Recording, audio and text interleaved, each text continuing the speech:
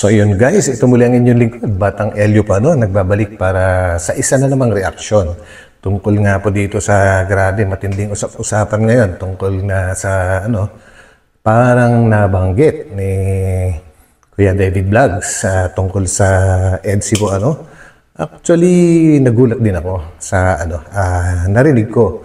Pero at first, syempre, hindi ko sigurado kung ganun talaga yung pagkakasabi niya, kasi medyo komplikado kasi habang bumibiyahe pa nga po sila, at nakalive po itong si Kalingap Lolo. At naghalo-halo kasi. Okay, alam naman natin na pinag-uusapan nila mga sasakyan. Pero ganito po kasi nangyari. Kung ang ginawa ko po kasi, paulit-ulit ko rin talagang pinakinggan kung bakit biglang napasok yung EDSI. Kasi meron din ako narinig guys na bago sinabi ni Kuya David ay meron mo nang narinig na parang si Cedric po yata yung nagbanggit ng Viancy at mamaya paparinig ko. Parang nabanggit ni Cedric yung Viancy na pangalan and then nasundan na nga nung allegedly na sinabi ni David nga na sawang-sawa na daw siya sa EDSI. So guys, grabe yun. Sana nga nagbibiro lang at kung hindi man siya nagbibiro ay kailangan pa rin siguro magpaliwanag dahil ang dami ng apektado. Unang-una yung mga talagang supporters naman po ng EDSI, talagang umaalma yan. Hindi lang po siguro supporters ng EDSI. Hindi lang siguro yung mga netizens or viewers ng EDSI ang umaalma dyan. Siguro kung napanood din ito ng mga sabihin na nating mga sponsors ay medyo baka magdamdam din po sila. At yun, so ang ginawa natin guys, mamaya paparinig ko sa inyo yung original video and then nilinis yung pangalawang video po na ipaparinig ko, nilinis ko po yung background, yung ingay ng paligid para yung boses lang nilang tatlo ang ating maririnig. So yun guys, So ang masasabi ko lang, kung sakali man na parang nagbibiro lang itong si Kuya David, siguro kailangan niya mag-live at liwanagin niya ito. Para kasing yung pag-uusap din nila guys, parang parang napaka-casual lang. Tuloy-tuloy lang yung kanilang pag-uusap. Mix halo-halo Kasi ewan ko kung ano bang pwedeng sabihin dito, pero alam kong may mali. Alam kong may mali guys.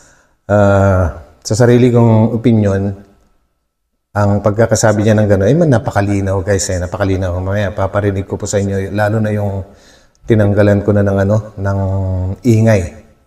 Maririnig niya yan kung ano talaga yung paano niya sinabi. At ang palusot naman kaagad ni Kalingap Lolo ay sawang-sawa na daw sa LC. Ang ibig sabihin ng LC is Land Cruiser.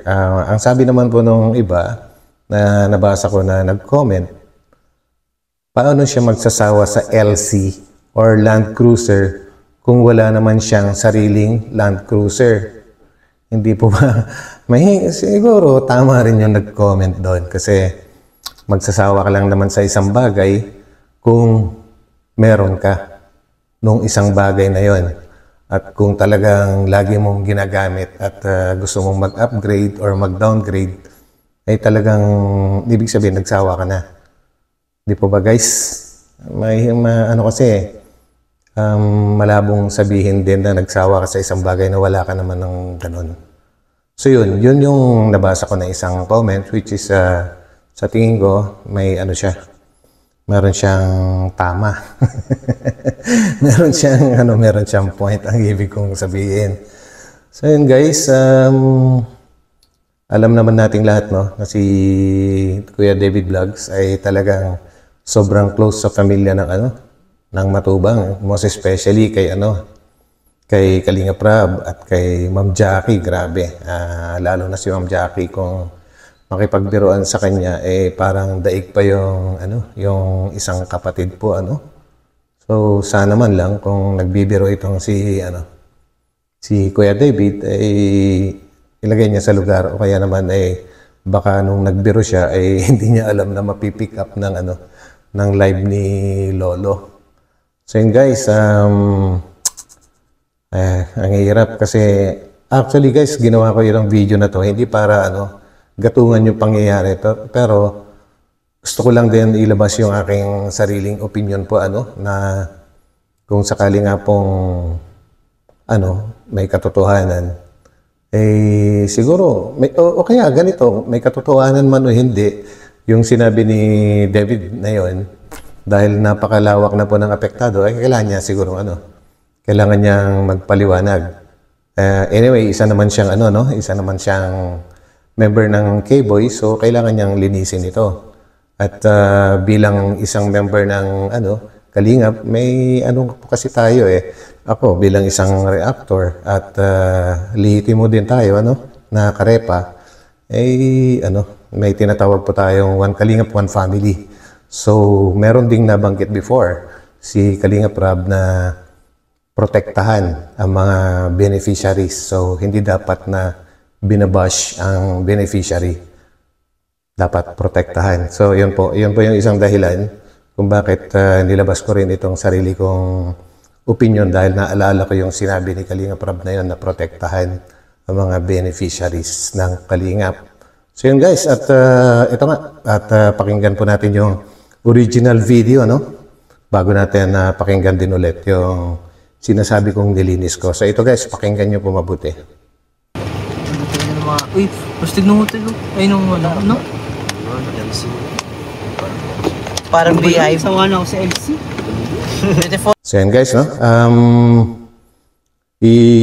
para mas maganda, gumamit pa kayo ng headset para talagang dinig na dinig.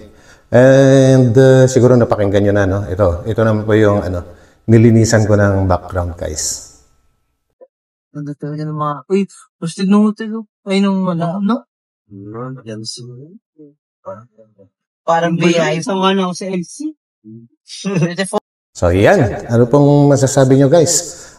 Comment down na lang po at ito ay wala po tayong planong pasamain ang image ni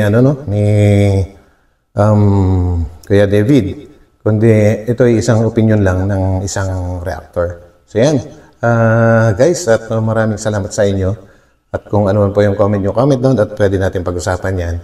And wag po nating papabayaan or wag nating kakalimutan suportahan palagi ang buong Team Kalingap sa pangunguna ni Kuya Bal Santos Matubang, Ate Ed The Vlogs, Kuya Rab, Kalingap Rab, and Ma'am Jackie.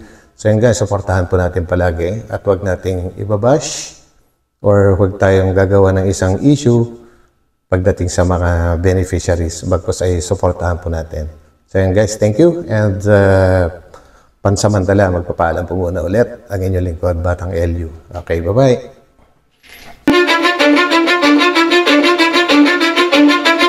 Cause I don't give a fuck what you say.